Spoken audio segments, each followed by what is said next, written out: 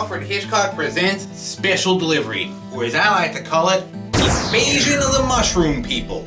A very eerie and unique episode of the original half-hour anthology series Alfred Hitchcock Presents that ran from 1955 to 1962, and then the Alfred Hitchcock Hour took over for another 3 seasons. So similar to the last Alfred Hitchcock episode I reviewed, The Magic Shop, it goes off the beaten path of the normal Hitchcock theme, of staying away from the supernatural and the science fiction-y, and instead dives right into it. It was a rarity on Hitchcock, but it did very occasionally happen, like it did here, when Hitchcock went pure alien invasion science fiction, written by the science fiction writer master Ray Bradbury. It's Alfred Hitchcock Presents Season 5, Episode 10, Special Delivery, From Another World. This episode wastes no time and gets straight to the special delivery. Special delivery for Fortnum. As this 50s mom receives it from the mailman. Only it's not for her, or her 50s husband Bill. It's for their weirdy son. Oh boy! Golly shucks, gee. Now again, like my last Hitchcock review on The Magic Shop, Special Delivery also features a creepy kid.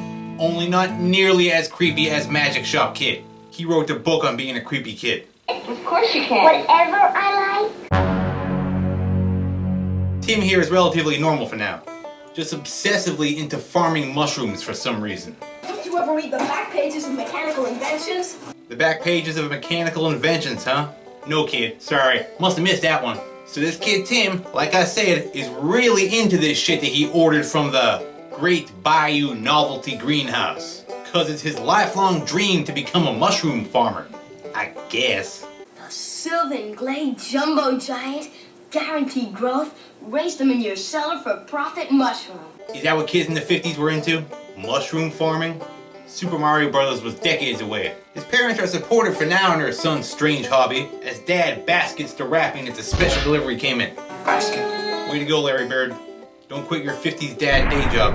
He then decides to wish Sonny Boy, who's taking his little mushroom enterprise into the basement, good luck on his psychedelic journey into the world of mushroom farming, as long as he cuts Dad in on the profits. 50s Dad then decides to take a little stroll down his street, when a neighbor named Roger comes over starving for his attention.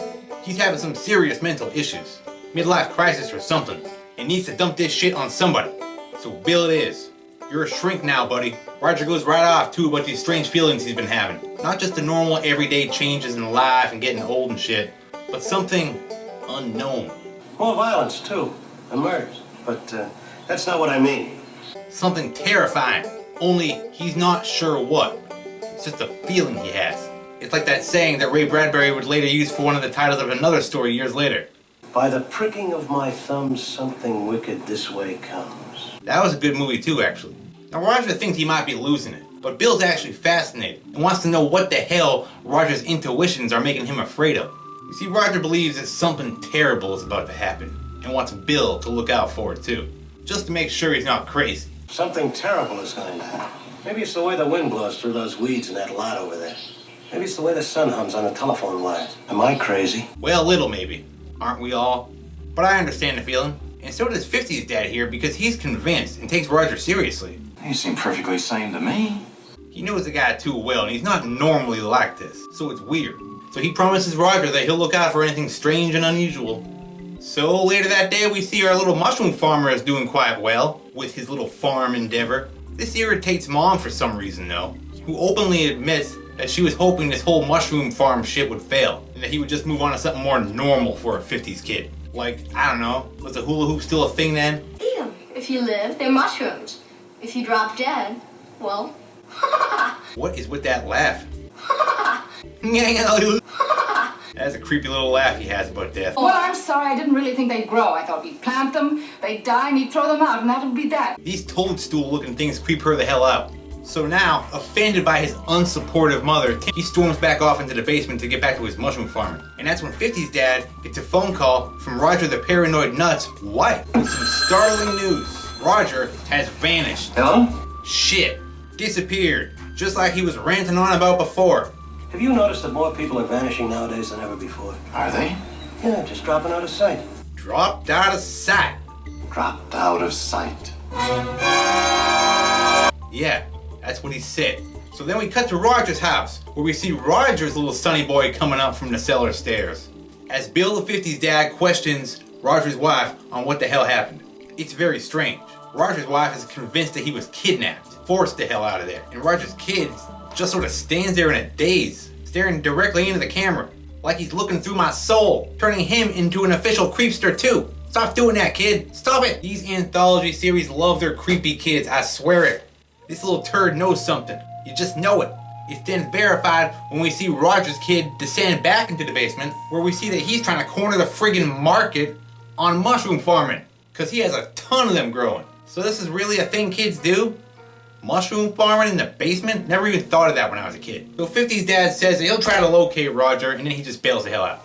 Back to the homestead, where we find little Tim still hard at work in his mushroom garden, the little freakinator. 50's dad then just paces around, trying to figure out why Roger, a man dead set in his ways, would suddenly just start acting real strange, then suddenly vanish. It's just not like the guy. He was such a regular 50's guy. He wouldn't do something like this, Roger. That's when ding-doo, the doorbell rings, and there's a telegram from, Roger. And all the telegraph tells him is to not accept any special deliveries. That's it. So Bill the 50's dad immediately calls the police with this Roger update. So we'll flip to a little while later when 50's dad gets off the phone with the police. Roger has been found and he's alive and well, and very unkidnapped. The police found him on board a train, alone, claiming to be on a business trip to New Orleans. And to make it even stranger, it claims he never even sent that damn telegram. So yep, since all seemed well with Roger, the police just had to let him go and carry on with his business. So mind-boggled by this, 50's dad just can't figure out why Roger denied sending that telegram about refusing all special deliveries. That's when it hits him. We never get any special deliveries. Just that one that came for Tom. That's when he remembers that special delivery for Tim's stupid mushroom farm. Then, by further inspecting the wrapping that it came in, realized it came from New Orleans. New Orleans. That's where Roger was headed.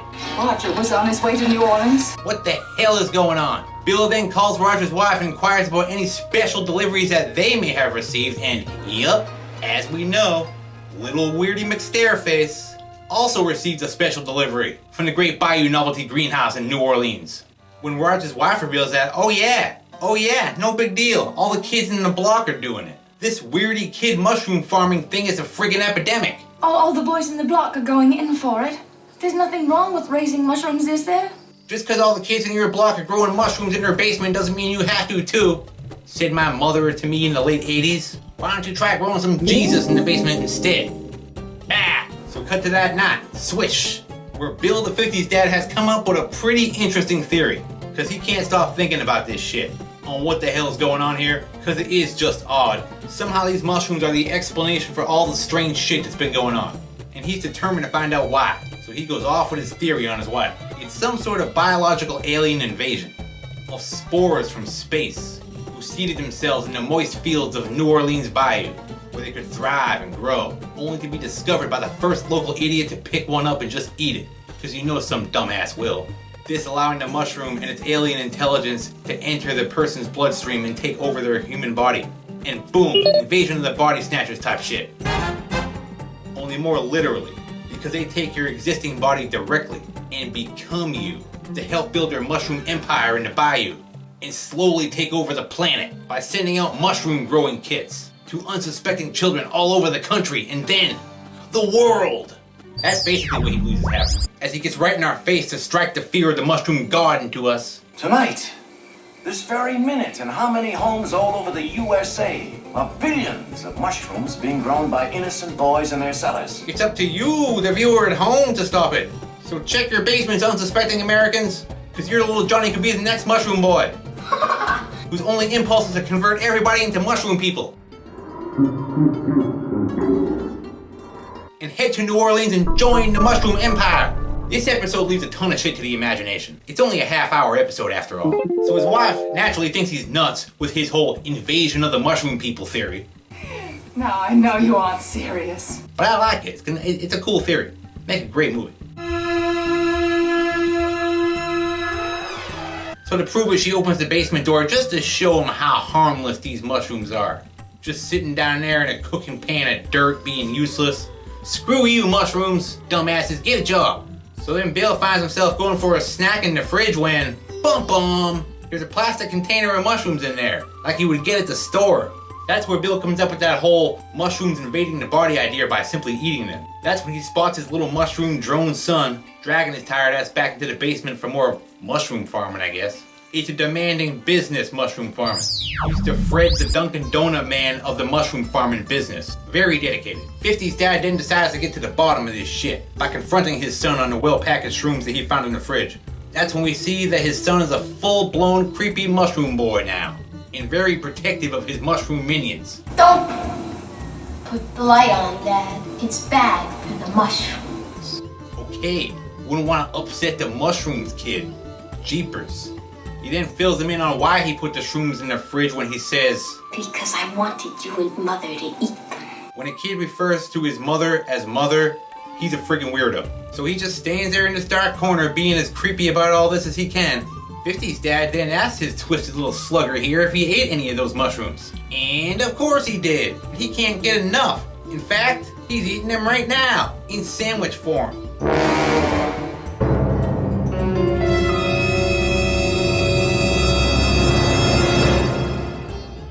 So, oh shit, I guess he's a minion of the mushroom people now, because his eyes are glowing for some reason, like two little beady mushroom pupils.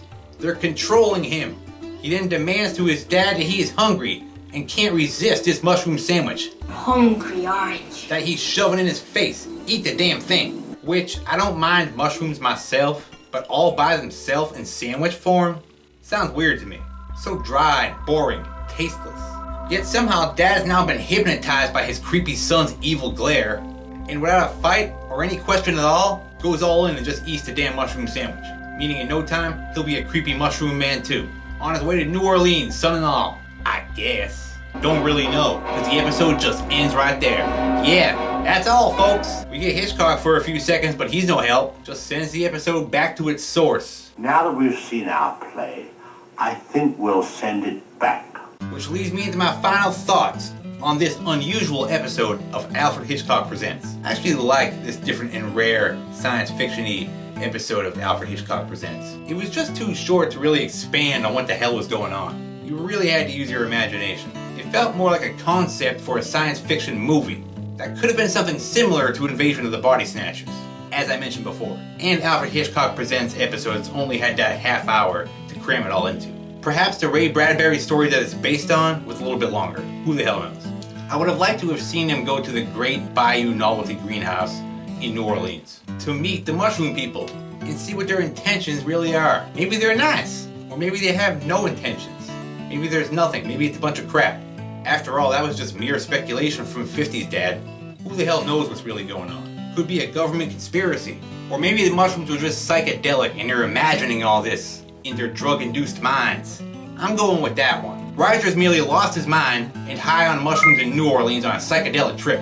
Now this guy here who plays Bill the 50's dad, I knew I recognized his face, but I just couldn't pin it until I looked his ass up. He's an actor named Stephen Dunn. Besides being in like 4 episodes of Alfred Hitchcock, he played the American reporter covering the Golden Ticket story in Willy Wonka and the Chocolate Factory. The one from the 70s with Gene Wilder. That one. I saw that a lot as a kid. So that's what I recognize his ass from. This episode was also directed by Norman Lloyd. He worked with Alfred Hitchcock a lot as a producer, director, and actor. And he died not that long ago. He was like 105. Yeah, he was old bastard.